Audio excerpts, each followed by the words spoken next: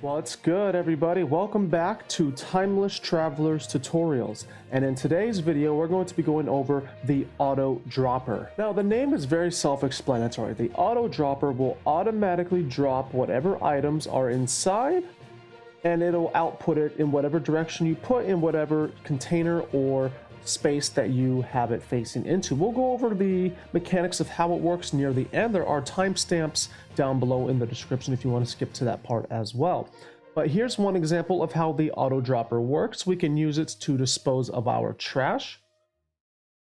And as we can see, we get rid of all of our junk items. We could throw it into lava, you could throw it into cactus, or just throw it into a pit, however you want to do it, and it will take care of that for you there.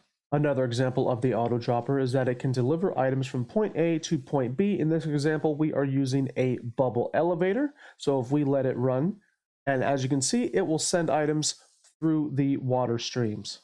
So as you saw, we don't have a lot of resources to put this thing together. It is very, very cheap.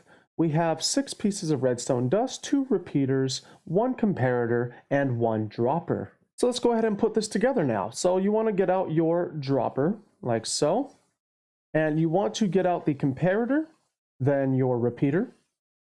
While we have the repeater out, go ahead and put another one right here. Okay.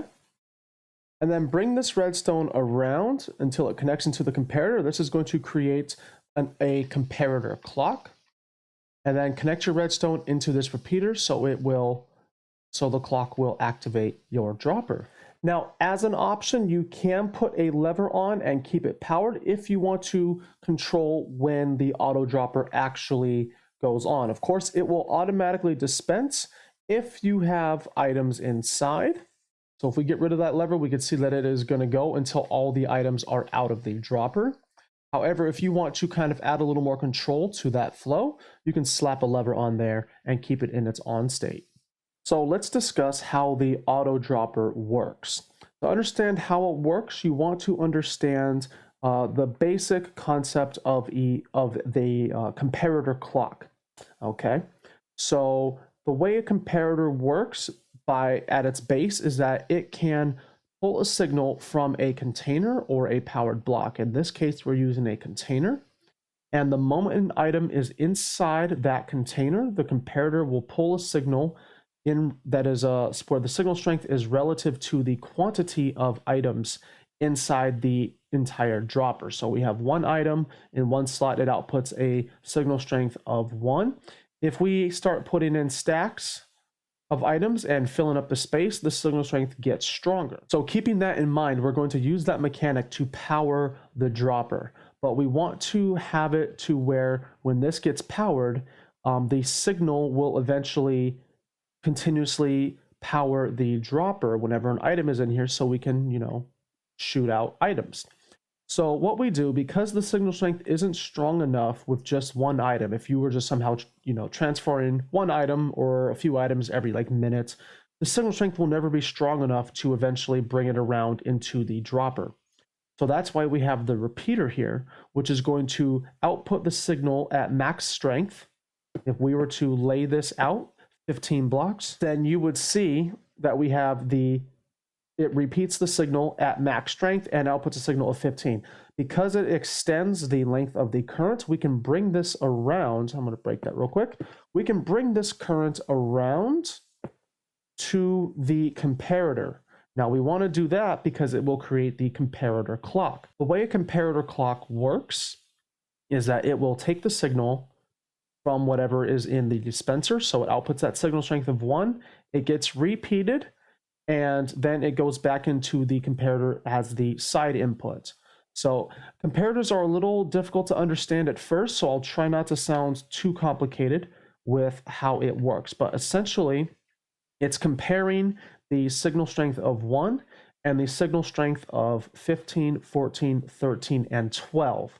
So we have a strength of 12 and a strength of 1 going in.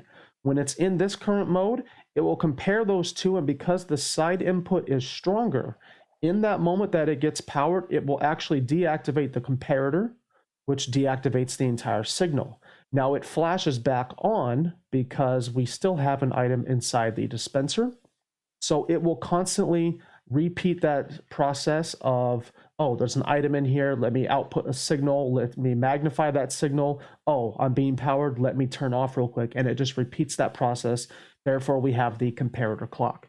Now that we have the understanding of the comparator clock down and we have a repeating signal, as long as an item is inside, we can use this to create a setup to where it will always shoot out the item whenever there is something in it. The way we do that is, of course, as we went over, you connect redstone. Now, we don't do it like this because the redstone is not actually going to power the dropper. It can if you do this, but that will affect your ability to build. For example, you wouldn't be able to place anything on top if you want to just kind of make this blend in as an example.